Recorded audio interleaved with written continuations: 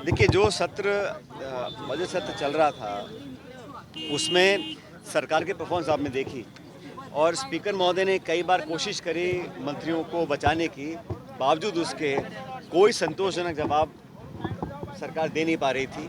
और ना सिर्फ विपक्ष के सवालों पर, लेकिन सत्ता पक्ष के विधायक सवाल पूछते हैं, उसका भी कोई ढंग से प्रमाण के साथ संतोषजनक जवाब अधिकांश मंत्री दे नहीं पा रहे थे। सरकार की तैयारी नहीं थी और साल भर से जो दावे किए थे, घोषणाएं की थी, आश्वासन दिए थे, प्रायोजक हैं cancer healer centre a new beginning. उनको धरातल पर कारगर तरीके से उतार नहीं पाई सरकार। ये हम सब जानते हैं। इन 12-14 महीने में सिवाय खिंचाव के, टकराव के, सत्ता में असमंजस की स्थिति पैदा हुई है। और मुख्यमंत्री कुछ भी बोलें, लेकिन उनका जो मंत्रिमंडल है, उनके जो अफसरशाही जो हावी है, वो जग जाहिर है। ये सब देख चुके हैं। इसलिए हम लोग तो लगातार सरकार से जवाब मांगेंगे।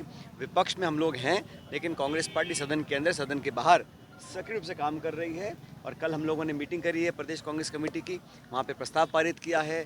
जिलों का सीमाओं में कुछ हम बदलाव करना चाह रहे हैं, कुछ अध्यक्ष और बनाना चाह रहे हैं। वो सब पर मुझे लगता है संगठन को और ताकत मिलेगी सब काम करने से, और मजबूती से हम लोग काम कर रहे हैं। कल हमारी एक मीटिंग है अखिल भारतीय कांग्रेस कमेटी के जो महासचिव हैं खड़गे जी और राहुल जी के साथ। और देश भर में 2025 संगठन का साल है, और इसको खड़गे जी ने कहा है, राहुल जी ने कहा है, अगले 9-10 महीनों में पूरे देश में संगठन को और तीव्रता देने के लिए, मजबूती देने के लिए कैसे रणनीति बनाएंगे, उस पर चर्चा कल दिल्ली में होगी। सर, नड्डा जी ने कहा कि अगर स्टैंड लेना था तो इसका तो जो उन्होंने कहा है उसका जवाब उनसे मांगिए ना, आप उन्होंने क्या कहा क्या नहीं कहा। हम तो कल सब मीटिंग में आए थे और हम लोगों ने कई घंटे मीटिंग चली और बहुत सार्थक मीटिंग हुई। खुले वातावरण में बहुत सी चीज़ों पर चर्चा हुई और अब तक जो सरकार का कार्यकाल रहा उसकी समीक्षा हम लोगों ने करी। सदन के अंदर हम लोगों ने जो रणनीति अपनाई उस पर चर्चा करी और आने वाले समय में संगठन को, ब्लॉक को, मंडल को, जिलों को, पदाधिकारियों को कैसे सक्रिय करना है, कार्यकर्ताओं को जोड़ना है। और ये पूरे साल भर हमारे अलग अलग अभियान चलेंगे संगठन को लेकर। उससे हमें लगता है पार्टी को और ताकत मिलेगी। मुख्यमंत्री सरकार को 1 साल बीत चुका, क्या लगता है आपको प्रदेश आगे बढ़ रहा है, पीछे जा रहा है या फिर वहीं ठहर गया? इशू यही है आगे पीछे बढ़ने की। तो जनता मेहनती है, हम लोग काम कर रहे हैं, किसान खून पसीना बहाता है, फसल पैदा करता है, छोटे उद्योग भी हैं, सब काम कर रहे हैं। लेकिन जो चुनाव जीतने से पहले वादे किए गए थे उनमें से कितने पूरे हुए हैं? पिछले बजट में 4 लाख रोजगार देने का आश्वासन दिया था, उनमें से कितने दे पाए हैं? और जो बैकलॉग है उसी को नहीं भर पाए हैं आप।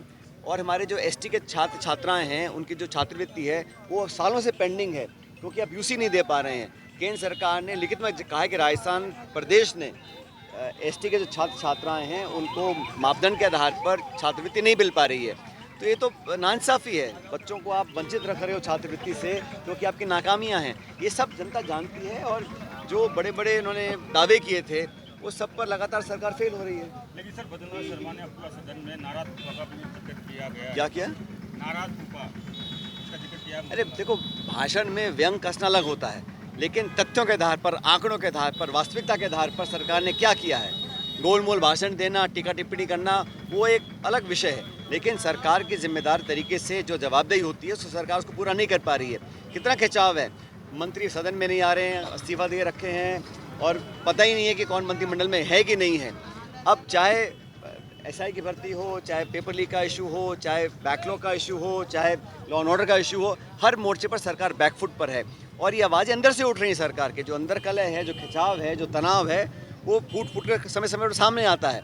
लेकिन सरकार की जिम्मेदारी है, जनता का आपको आशीर्वाद मिला है, सरकार 5 साल चलाने का आपको जनता ने मौका दिया है, आप फटाफट उन कामों को करें। अब डबल इंजन की बात करते हैं। केंद्र सरकार का बजट आया, राजस्थान राज्य का जिक्र तक नहीं किया। जिस राज्य से आपको सरकार मिली है, जहाँ पे आप लोगों ने सांसद जीत के गए हैं, ये दायित्व था राज्य सरकार का कि केंद्र सरकार को अपने प्रभाव का इस्तेमाल कर कर कुछ बजट घोषणाएं कराएं, कुछ राष्ट्रीय परियोजना लेकर आएँ, कुछ स्पेशल पैकेज मिले, पीने के पानी की बात करें। राजस्थान को इग्नोर किया गया। तो इस डबल इंजन का फ़ायदा क्या? अगर आप 11 सीटें हारे हैं तो उसका गुस्सा जनता पे क्यों निकाल रहे हैं? तो इस राज्य सरकार को चाहिए था केंद्र सरकार से बजट में कुछ प्रावधान कराती, लोगों की मदद मिलती। वो सब इरादे धराशायी हो गए। प्रधानमंत्री नरेंद्र मोदी का पॉडकास्ट रिलीज हुआ है और गुजरात दंगों की इनमें बात की गई। तो प्रधानमंत्री जी बहुत पॉडकास्ट करते हैं, बहुत रेडियो में बात करते हैं, लेकिन कोई प्रेस कॉन्फ्रेंस नहीं करते हैं। प्रधानमंत्री जी मणिपुर कभी नहीं जा रहे हैं। प्रधानमंत्री जी चीन हमारी सीमा के अंदर घुस गया लगातार, उस पर कोई स्पष्टीकरण नहीं कर रहे हैं। अमेरिका हम पे टैरिफ लगा रहा है, हमारे किसान, हमारे उत्पादक, हमारे जो गरीब जो देशवासी हैं उन पर वो टैरिफ लगाना चाह रहा है। आप दोस्ती की बात करें, अच्छी बात है, लेकिन भारत के आर्थिक हितों की रक्षा आपको करनी पड़ेगी। भारत का एक बहुत बड़ा देश है, वहाँ पर अगर आप ज़बरदस्ती हम लोगों को अमेरिका से हमको अगर दुर्भावना का सामना करना पड़ेगा, उसका जिम्मेदार भी कोई ना कोई तो होगा ना। आगामी विधान बिहार के चुनाव भी हैं। हमारी यात्रा निकली है आज से 16 तारीख से कल से, और हम लोग पूरी तैयारी में हैं। हमारा गठबंधन मजबूत है और वहाँ पर नीतीश जी की सरकार ने जो बार बार पलटी मारी है उसको जनता देख चुकी है। आने वाला समय कांग्रेस और आरजेडी अलायंस के साथ हम लोग वहाँ सरकार बनाएंगे। प्रायोजक हैं cancer healer centre, a new beginning.